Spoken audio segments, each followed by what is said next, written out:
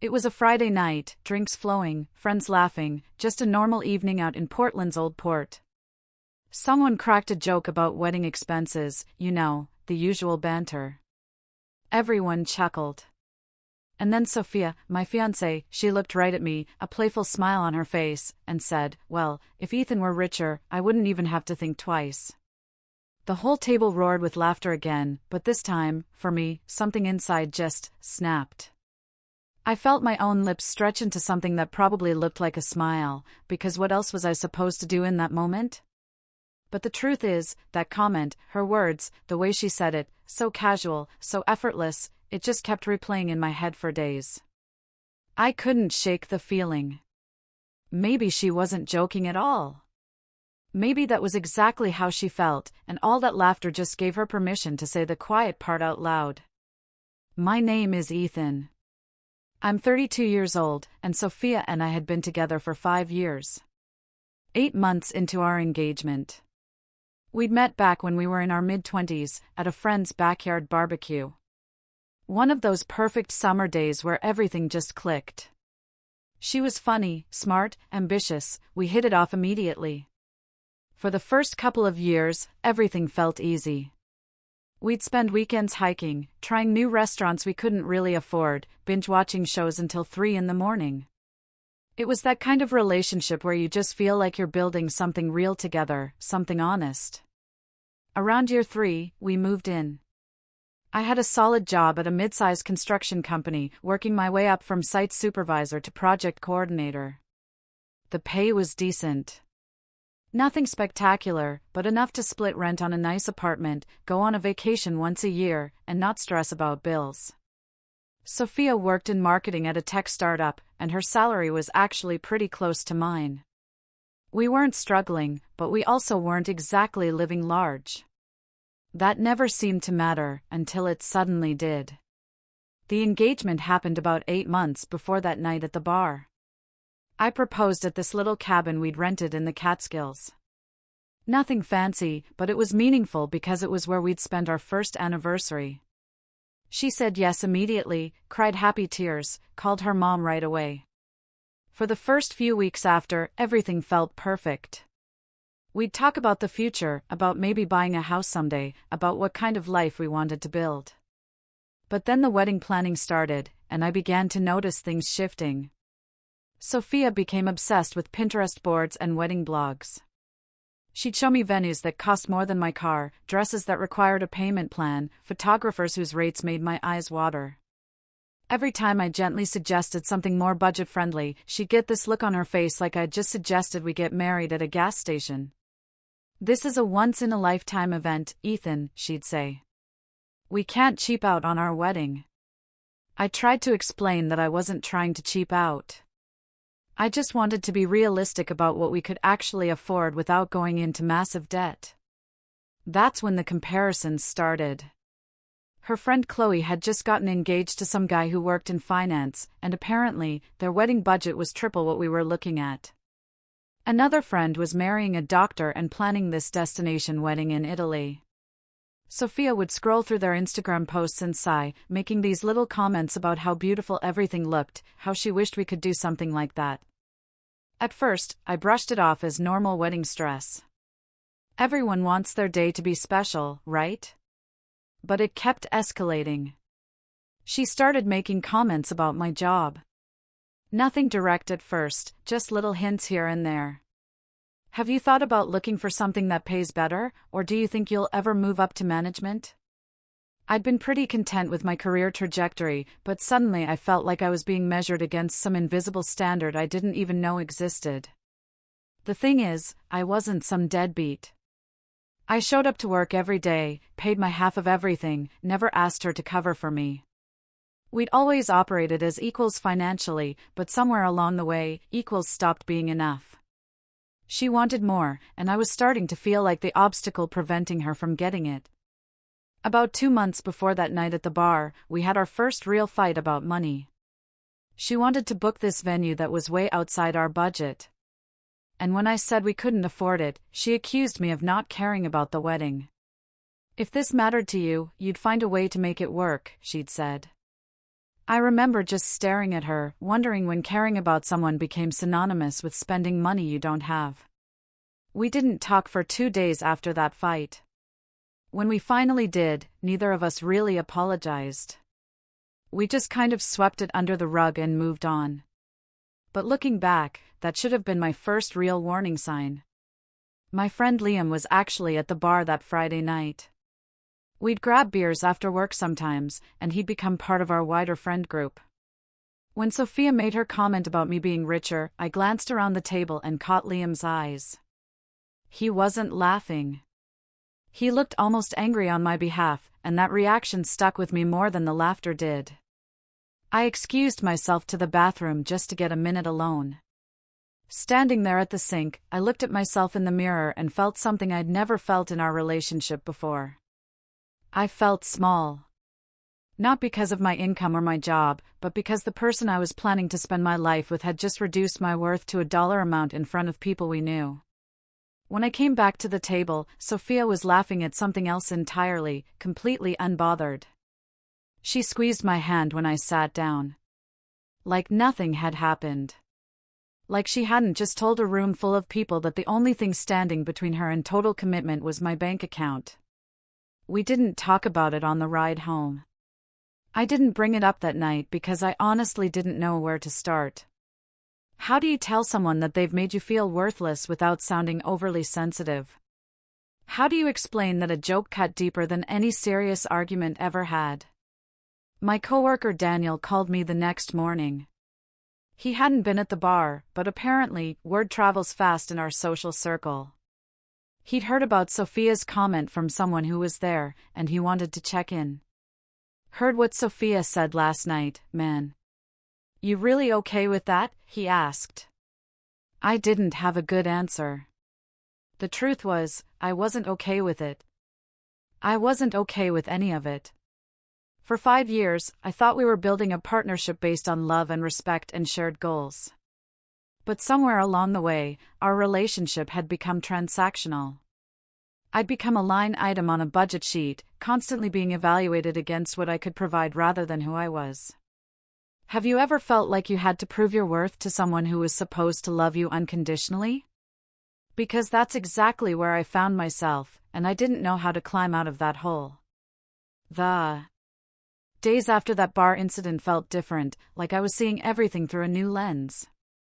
I couldn't stop replaying Sophia's comment in my head, analyzing the tone, the timing, the fact that she'd said it so casually in front of people who knew us. What bothered me most wasn't even the words themselves. It was how comfortable she'd been saying them. Like it was just an obvious truth that everyone already understood. I tried to go about my normal routine, but everything felt off. We'd have breakfast together, and I'd wonder if she was calculating how much I contributed to groceries. We'd watch TV at night, and I'd catch myself thinking about whether she was comparing our apartment to her friends' places. About 3 days after the bar, I finally tried to bring it up.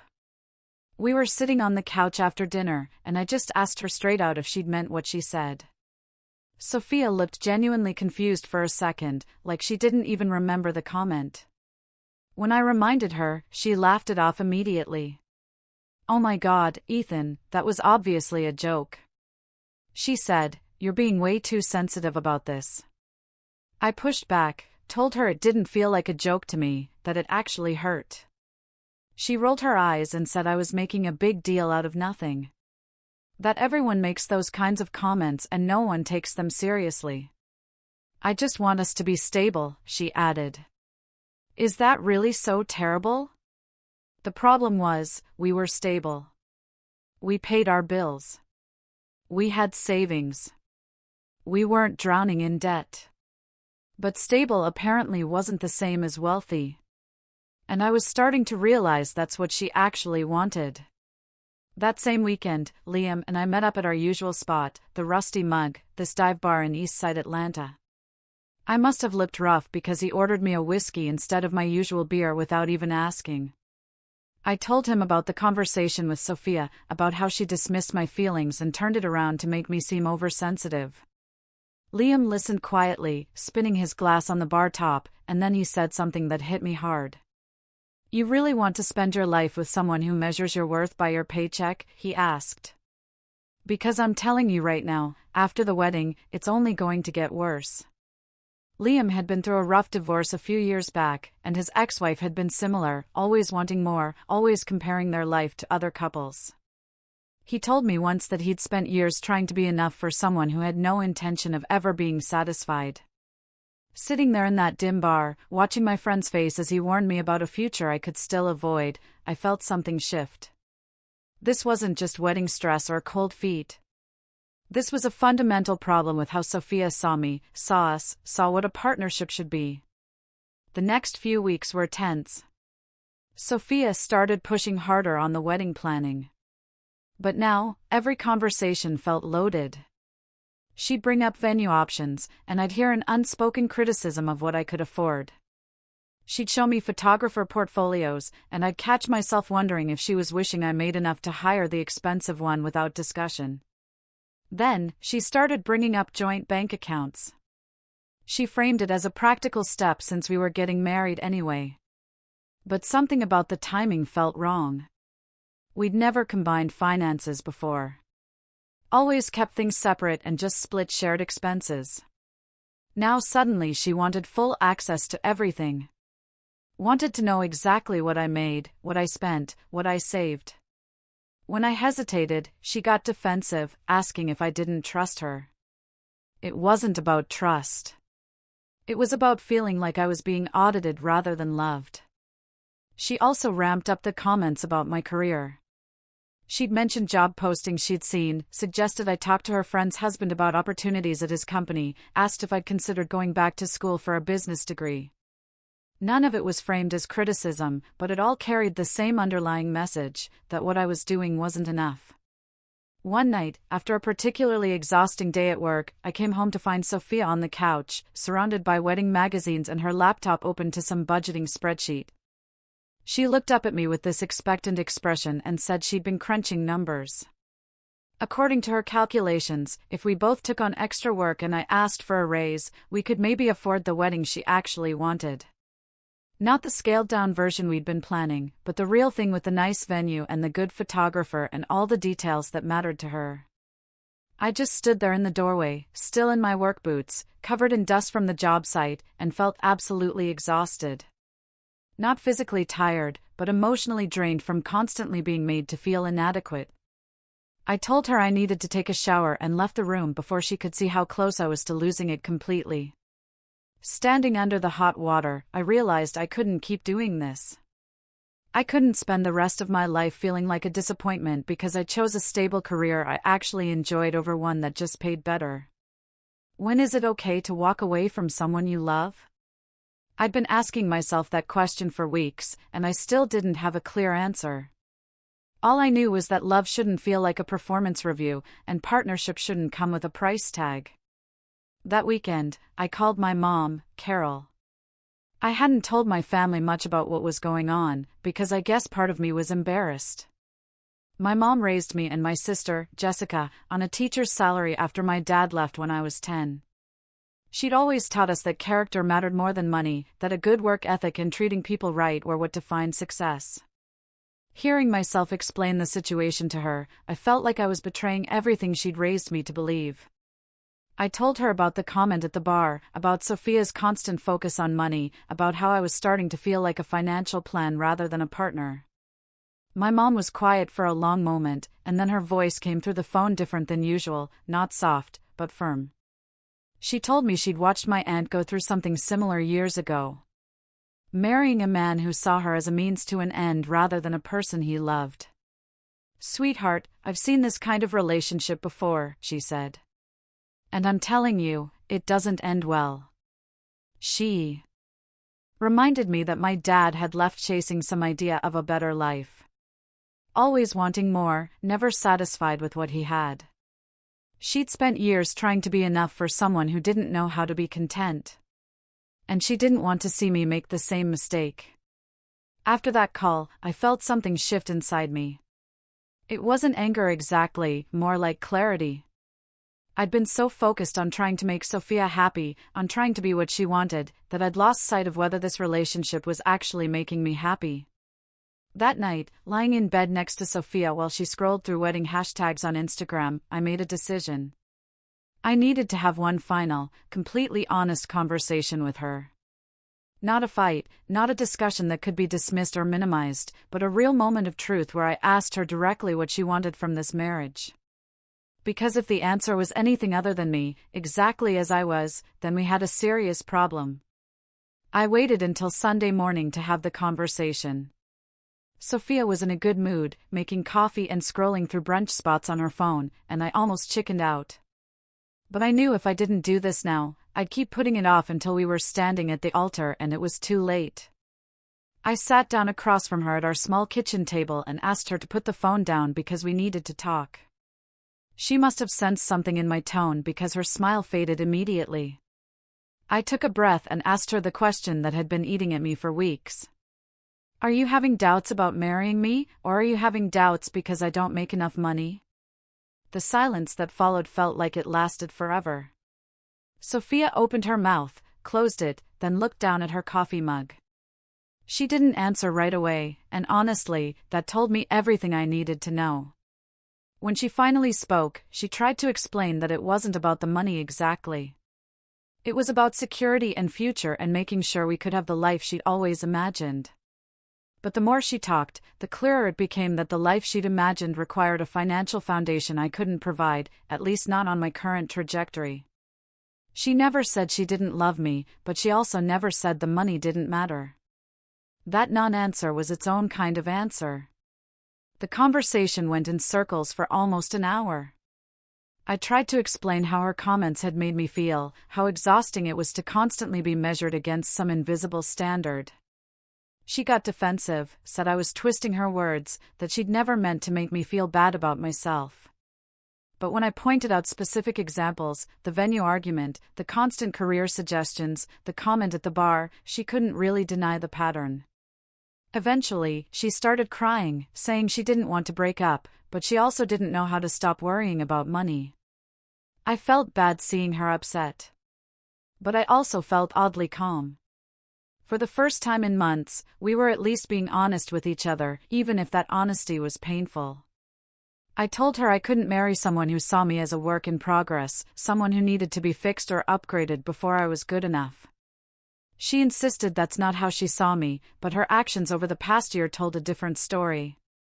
We ended that conversation without any resolution, just an agreement to take some space and think about what we really wanted.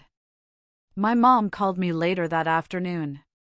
I'd texted her that morning saying I was going to talk to Sophia, and she wanted to check in. I told her how it went, about Sophia's non-answer and the circular conversation that went nowhere. My mom was quiet for a moment, then said something I'll never forget.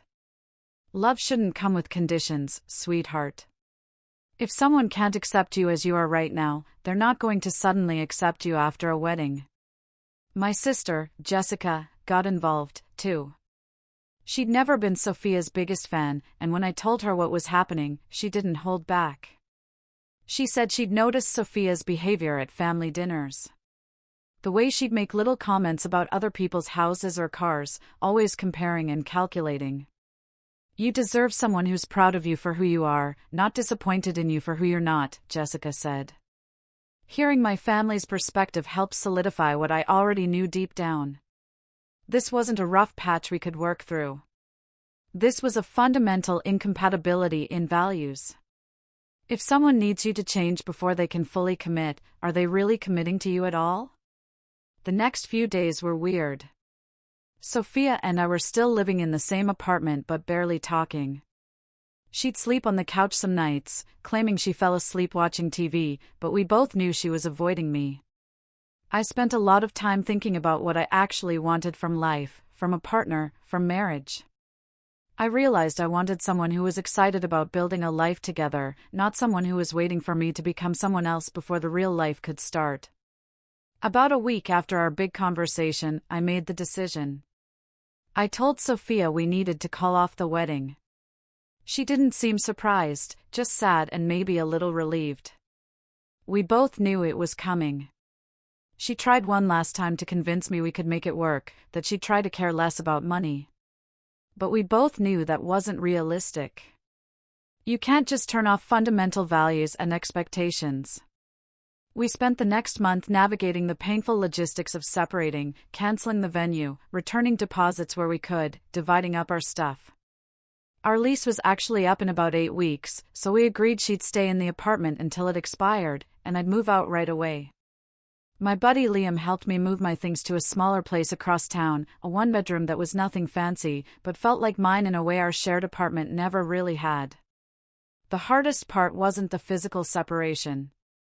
It was grieving the future I'd imagined. 5 years is a long time, and I'd built so many plans around this person, around this relationship.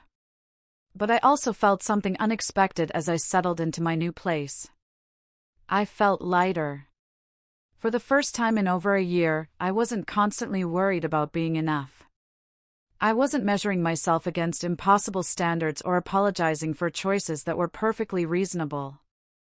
I started seeing a therapist, mostly to process everything and make sure I wasn't carrying this damage into whatever came next. My therapist helped me understand that Sophia probably wasn't a bad person. She just wanted something I couldn't give her, and that's okay. People can be incompatible without anyone being the villain. But she also validated that I'd made the right choice, that staying in a relationship where you feel fundamentally inadequate is a recipe for misery. Through mutual friends, I heard that Sophia was doing okay, focusing on her career and going out more with her single friends. Part of me hoped she'd find whatever it was she was looking for, whether that was a richer partner or maybe just learning to value things beyond money. But mostly, I try not to think about her at all. 6 months after everything ended, I was sitting in my apartment on a Saturday morning, drinking coffee and actually feeling peaceful. My mom, Carol, called to check in, like she did most weekends. And during our conversation, I realized something important. Sophia had implied I'd be perfect if I was richer. Like wealth was the missing piece that would complete me. But the truth I'd learned through all this pain was simpler and more profound.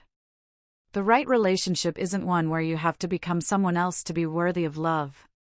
It's one where who you already are is exactly enough. I wasn't rich, probably never would be, and I'd made peace with that. I had a job I was good at, family who loved me, friends who had my back, and a clear sense of my own values. That turned out to be worth more than any bank account ever could be. Looking back, I can see all the red flags I ignored because I wanted so badly for things to work. The comparisons, the hints about my career, the way she talked about our relationship in terms of what it could provide rather than what it was. Love shouldn't require an upgrade or a promotion or a bigger paycheck to be real. If I could go back and tell myself one thing on that night at the bar, it would be this: when someone shows you who they are and what they value, believe them the first time. Don't wait for the second comment, the third hint, the 100 small cuts that eventually bleed you dry. You deserve someone who celebrates you as you are, not someone who sees you as a rough draft waiting to be edited into something better. What do you think about this story?